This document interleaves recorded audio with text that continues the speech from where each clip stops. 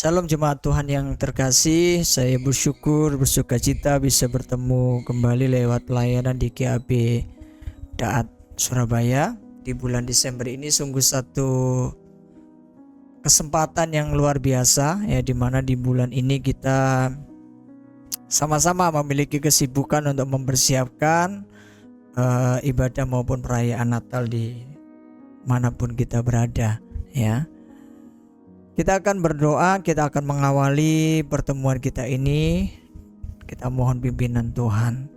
Bapak, terima kasih buat waktu yang kuberi. Kami berterima kasih sehingga kami saat ini Tuhan boleh bertemu, berkumpul lewat GAB Daat Surabaya. Kami boleh belajar firman-Mu. Mari Tuhan, Kau berkati sertai sehingga firman yang hari ini kami dengar boleh mendatangkan satu kekuatan yang baru bagi kami, satu sukacita bagi kami yang mendengar. Terima kasih Tuhan, kami akan syukur dalam nama Tuhan Yesus, haleluya, amin. Seluruh kekasih Tuhan dimanapun kita berada, saya bersyukur bisa bertemu kembali saat ini lewat pelayanan.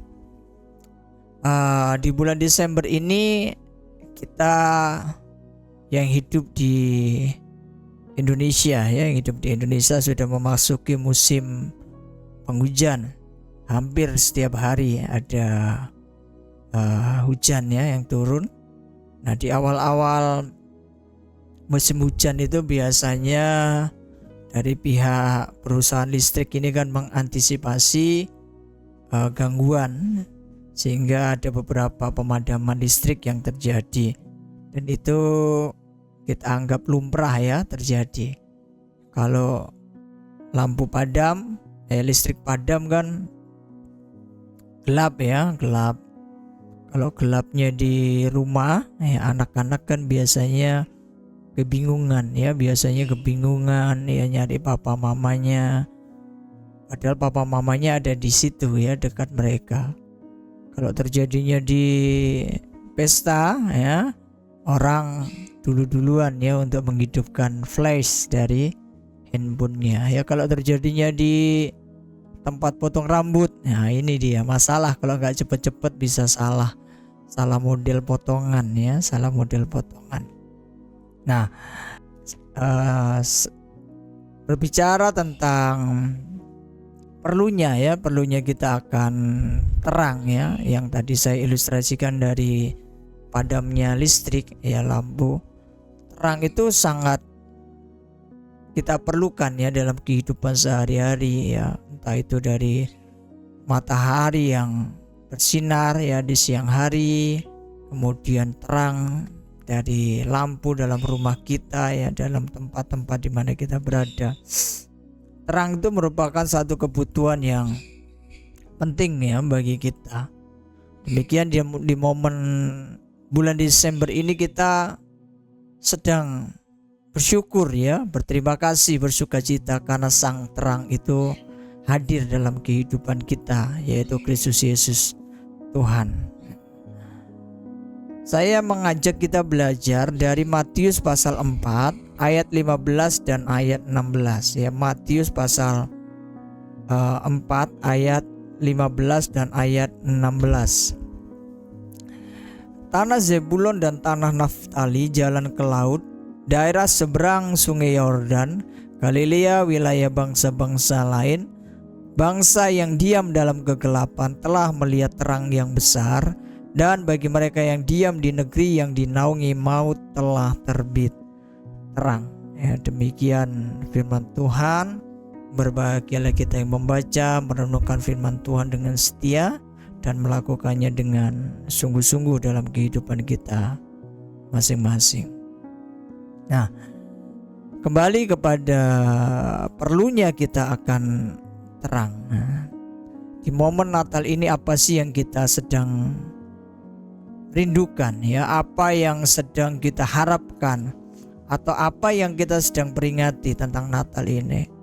Apakah Natal itu menjadi sebuah rutinitas seremonial ya, agamawi, atau Natal itu menjadi satu momen yang istimewa bagi kita, di di mana kita mengerti dalam kegelapan hidup ini hadirlah Kristus ya sebagai terang dalam kehidupan kita.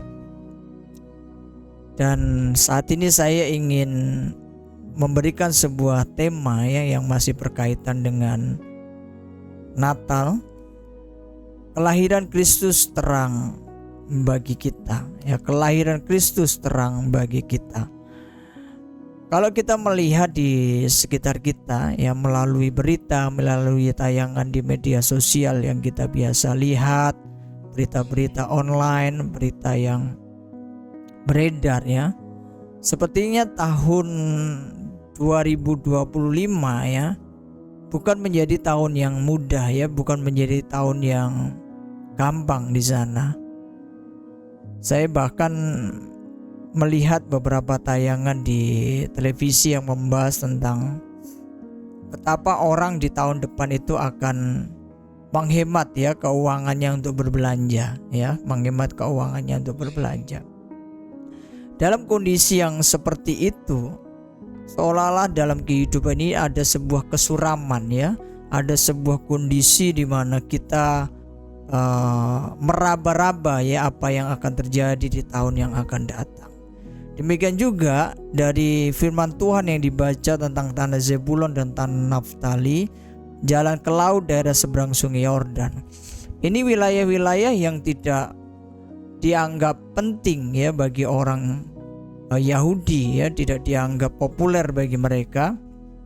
Karena di Zebulon, Naftali, terlebih ya wilayah daerah seberang sungai Yordan, itu menjadi satu wilayah yang kurang dihormati. Karena orang-orang di sana itu dianggap sebagai Yahudi campuran ya, orang-orang yang darah keyahudiannya sudah tercampur dengan bangsa-bangsa lain. Sehingga wilayah itu dianggap satu wilayah yang buruk. Ya bahkan dalam satu sumber yang saya baca, di sanalah dibuang ya para mantan narapidana ya, dikucilkan ke daerah-daerah Zebulon, Naftali, seberang sungai Yordan. Nah, pada dasarnya wilayah-wilayah itu dianggap buruk. Nah, justru dalam keadaan seperti itulah Tuhan Yesus hadir di sana ya, memulai pelayanannya di situ.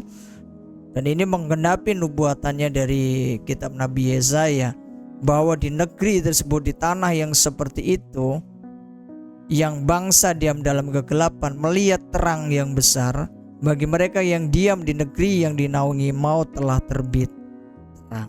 Nah, ini berita yang luar biasa bagi setiap kita, di mana momen Natal, momen perayaan maupun ibadah yang kita rayakan di bulan Desember ini, biarlah menjadi sebuah momen yang istimewa ya, satu kesempatan titik balik dalam kehidupan kita, dalam kesuraman ya, dalam rasa yang kita rasakan ya, ketakutan, kekhawatiran, tidak dihormati orang lain. Disitulah kita punya satu sukacita ya, karena terang yang besar itu sedang hadir dalam kehidupan kita. Bahkan beliau ada dalam kehidupan kita untuk memberikan dua perkara yang penting yang hari ini kita butuhkan. Matius pasal 4 ayat 16 bagian A. Bangsa yang diam dalam kegelapan telah melihat terang yang besar. Ya, berita yang diterima oleh orang Zebulon, Naftali, mereka yang tinggal di seberang sungai Yordan, berita itu juga sampai kepada kita. Bagi kita yang diam dalam kegelapan, kita telah melihat terang yang besar. Jadi perkara yang pertama yang disediakan Tuhan dalam kelahirannya yang menjadi terang bagi kita, yang saya sebut adalah kemuliaan. Jadi Tuhan Yesus memuliakan kemuliaan yang ada dalam kehidupan kita. Manusia ya pada dasarnya memiliki gambar ya dan rupa Allah, imago Dei, selem demot. Tapi kemudian oleh karena dosa, manusia kehilangan kemuliaan Allah. Dan bagi manusia ya telah nyata hukuman, yaitu maut. Tapi disitulah kemudian Kristus mengubah keadaan itu dan mengembalikan kemuliaan yang semula ada pada manusia. Demikian juga bagi setiap kita. Mari kita melihat dalam segala kesuraman, dalam kondisi yang kita hadapi sehingga kita tidak berani bermimpi tentang tahun yang akan datang. Disitulah kita diingatkan bahwa kemuliaan itu dipulihkan, diberikan dalam kehidupan kita, sehingga kita sebagai orang yang percaya kepada Tuhan bersyukur, berterima kasih dalam keadaan apapun, sesulit apapun yang sedang kita alami. Di situ ada kemuliaan Tuhan. Dan ketika kemuliaan Tuhan itu diberikan, maka Tuhan mengerjakan satu perkara yang ajaib, yaitu pemulihan. Yesaya 60 ayatnya yang pertama, bangkitlah, menjadi teranglah, sebab terangmu datang dan kemuliaan Tuhan terbit atasmu. Inilah janji Tuhan melalui Nabi Yesaya yang disampaikan kepada umatnya yang hari itu sudah kehilangan kehormatannya, ya, kehilangan kebanggaannya karena perbuatan dosa mereka. Maka mereka dikalahkan oleh orang Babel. Kemudian nama mereka akan terhapus dari tanah pusaka mereka. Disitulah Tuhan memberikan sebuah pesan, bangkitlah, menjadi teranglah, sebab terangmu datang dan kemuliaan Tuhan terbit atasmu. Ini berita yang sangat penting, ya, bagi orang Yehuda pada masa Nabi Yesaya. Demikian juga berita yang mendatangkan sukacita bagi kita. Jadi bagi setiap kita yang sedang terpuruk, ya, oleh karena kondisi sakit penyakit, oleh karena kondisi keuangan yang sulit, ya, oleh karena kondisi usaha yang mulai menurun, ya, oleh karena masa depan anak-anak yang kita anggap tidak pasti, disitulah Tuhan memberikan kepada kita sebuah kemuliaan. Dan di dalamnya beliau berkata, bangkitlah, menjadi teranglah, sebab terangmu datang dan kemuliaan Tuhan terbit atasmu. Berita itulah yang membuat kita bersyukur bahwa di momen yang sedang kita sama rayakan, yang sama-sama sedang kita peringati, di dalam kelahiran Kristus ada terang bagi kita. Jadi mari kita memandang, ya, tahun yang akan datang. Di tahun 2025, di sana ada kemuliaan Tuhan yang akan dinyatakan. Hidup kita pasti dipulihkan. Seluruh perkara yang selama ini tidak dapat kita lihat, yang selama ini kita khawatirkan, itu tidak terjadi karena ada kemuliaan Tuhan yang memimpin seluruh kehidupan kita. Kalau saya berkata, ada dua suara yang kuat di sekitar kita. Satu suara mengatakan bahwa jalan yang akan kita lalui, ya, bahwa masa depan yang kita miliki adalah masa depan yang sulit, ya, masa depan yang membuat kita mungkin tidak bisa bersukacita, tidak bisa berbahagia. Dan inilah yang saya sebut suara dari iblis, suara yang mendakwa kita, ya, tentang dosa-dosa yang kita berbuat, suara yang memojokkan kita, suara yang membuat kita pesimis terhadap hidup ini. Tapi ada satu suara, yaitu suara Tuhan lewat firman-Nya yang berkata, jangan takut, jangan gentar, aku menyertai engkau. Jadi perkataan-perkataan inilah yang harusnya kita hidupi setiap waktu, setiap hari. Di momen Natal ini, kehadiran Kristus itu membuat kita lebih lagi peka akan suaranya, sehingga di tahun yang akan datang, yang akan kita lalui, di sana pun kita tidak akan takut, kita tidak akan khawatir.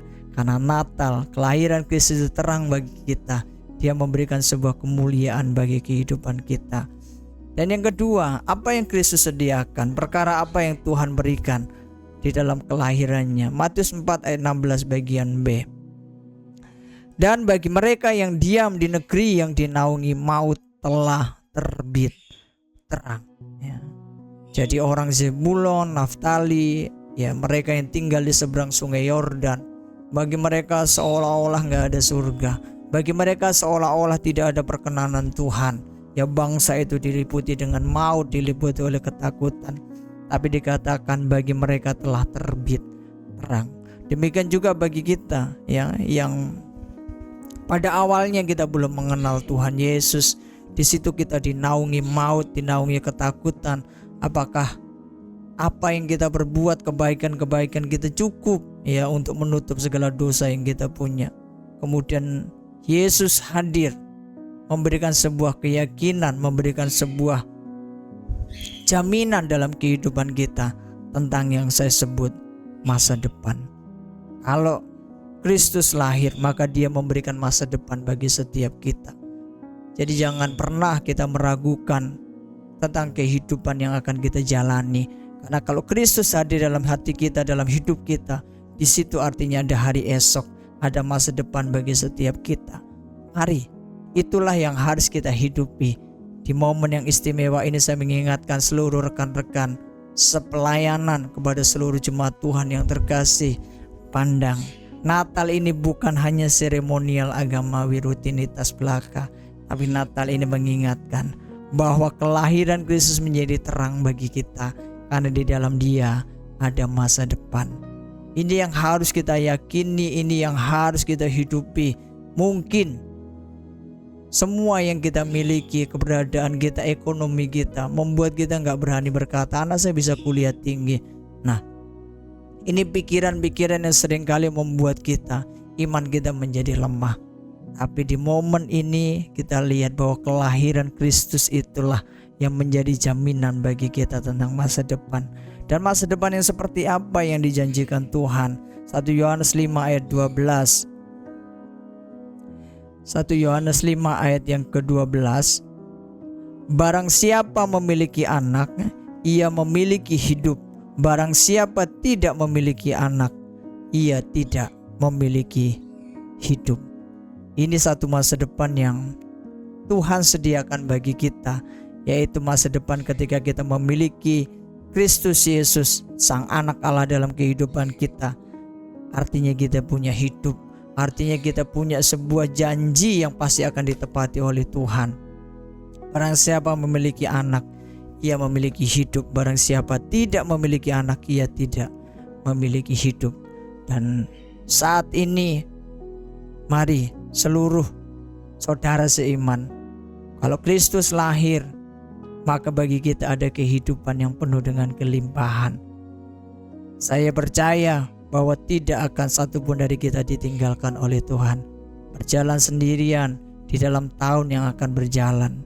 Bersyukur bahwa di penghujung tahun 2024 kita melihat penyertaan Tuhan, pemeliharaan Tuhan sepanjang 12 bulan, dan kita yakin di tahun yang akan datang, di tahun 2025, di mana berita-berita itu membuat kita takut, mulai kita berubah.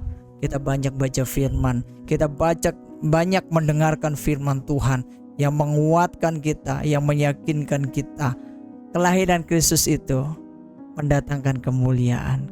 Kelahiran Kristus itu mendatangkan masa depan. Jadi kita tidak perlu khawatir dan takut.